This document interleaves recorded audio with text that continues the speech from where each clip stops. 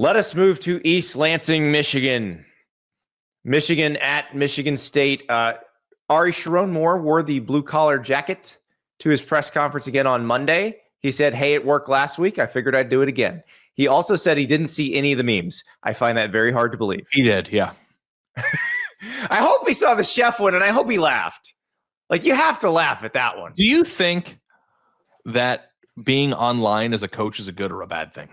Terrible thing. Would never do it. Really?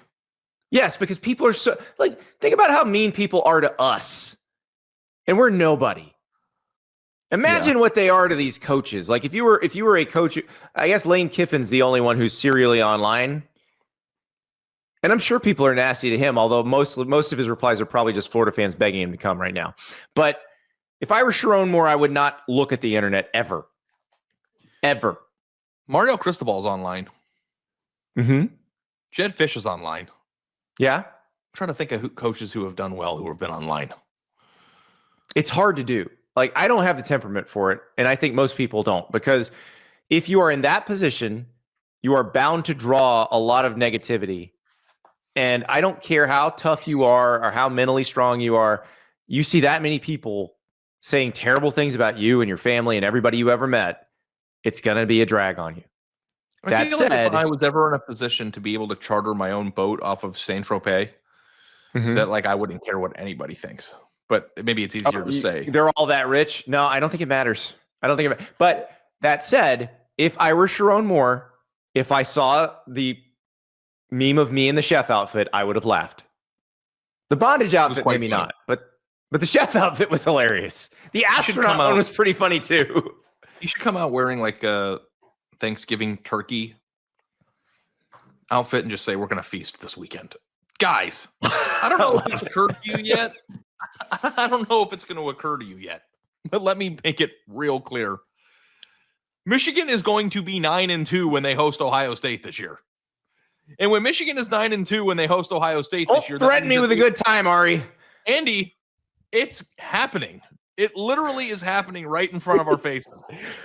And when they're 9-2 and facing Ohio State in Ann Arbor with a playoff spot on the line. That is why we do what we do. Okay, Ari, I spun this scenario out before where I talked about maybe we go to Texas A&M at Texas on Black Friday, and then we go see Ohio State, Michigan. If those indeed are the circumstances, can I give you another potential? Yeah, because it's Thanksgiving weekend, 30 p.m. kickoff Friday and a noon kickoff the next day, which would be kind of. What if we watch the Black Friday? What if we fly like on the morning of Black Friday? We fly to Detroit and we spend the entire day at the BetMGM casino in Detroit in the sportsbook watching Black Friday football games, and then we cover Ohio State, Michigan, with potential Michigan playoff berth on the line, and of course potential Buckeye tears, Buckeye joy, all of it in one place. Here's my impression of Jackie Chan in the movie Rush Hour. Now you are speaking my language. Okay. It's a date. But first, to do that, Michigan has to win this game. Michigan is favored by 14 against Sparty. Jonathan Smith, the Michigan State coach, should definitely not be online. He should never look at the internet. Never look at social media. Not even once. Because his fans are down on him. They are down. Down bad. Yeah. Yeah, give me a reason. Give me a reason to not lay points here. I mean, I guess like I've been like kind of I think I've been overly rational about Michigan this year in the sense of like, hey, they're pretty good. They're not great. Let's pump the brakes on the firing of Sherrone Moore talks. Like, you know, this is really his first year with an entire roster. I think that there are deficiencies on this roster that could have been better addressed in the offseason that weren't. But the way that they played against Washington, dude, that was a good team. That was a really good team. That was the best they've looked all year. Bryce Underwood is flourishing and developing in front of our eyes. Their defense is looking like the old Michigan defenses that we've become accustomed to expecting. Washington's a team that can score. They did not score. What does Michigan State bring into the table in this matchup that makes you think this is going to be a competitive game? A steroided out mascot? I don't know.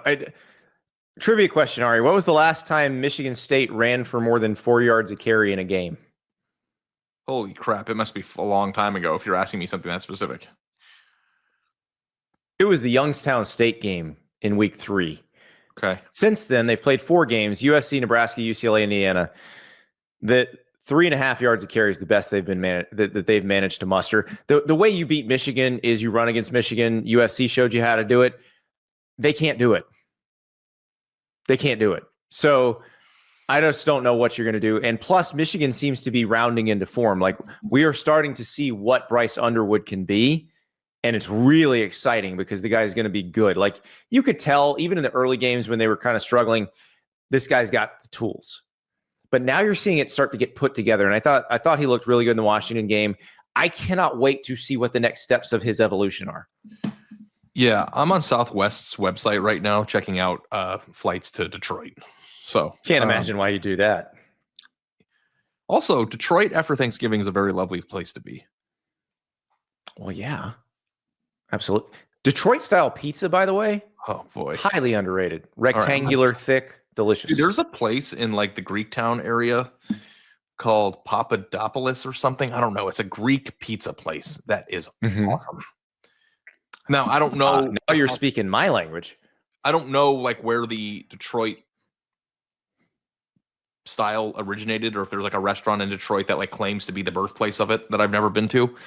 But there's some good pizza in Detroit. And there's a casino in Detroit, and it's going to be cold in Detroit, and it's going to feel like the perfect Black Friday. We are Friday. getting ahead of ourselves. The Michigan State fans are going nuts here. Like, why do you keep talking about the Michigan-Ohio State game? We have to hear about that all year anyway.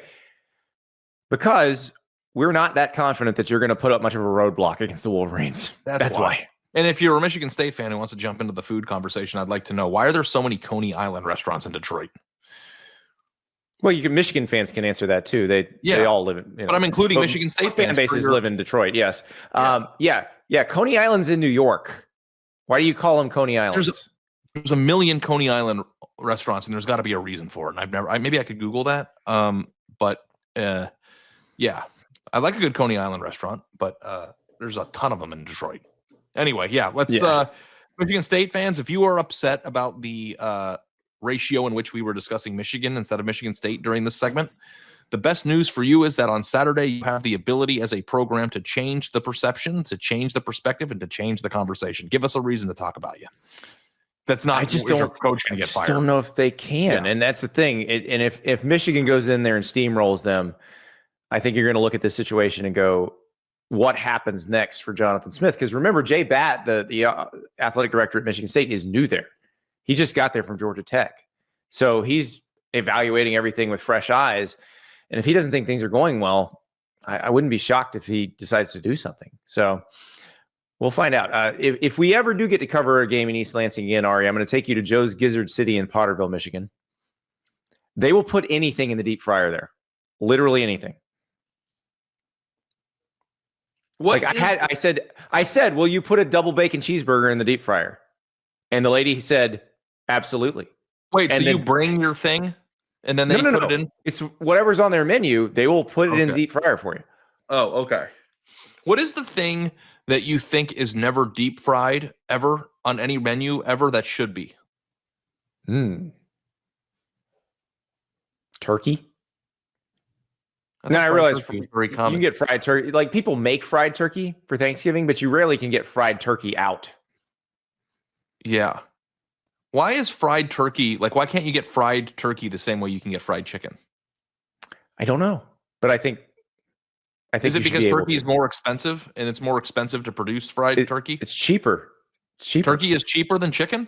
I'm going to call Joe's Gizzard City when we're done with this, because they'll fry anything, and just ask them that question. Okay. They probably have the answer, even if it's not on their menu. They probably have the answer to that. So my perception was always that turkey was more expensive. It's not. I will take Michigan to cover the 14. Me too. Sparty, if you don't like that, and I don't think Michigan State fans are that mad at us for this. I think they understand where it's at. But yeah, if Sparty doesn't like that, Sparty needs to show up on Saturday and give us something to talk about.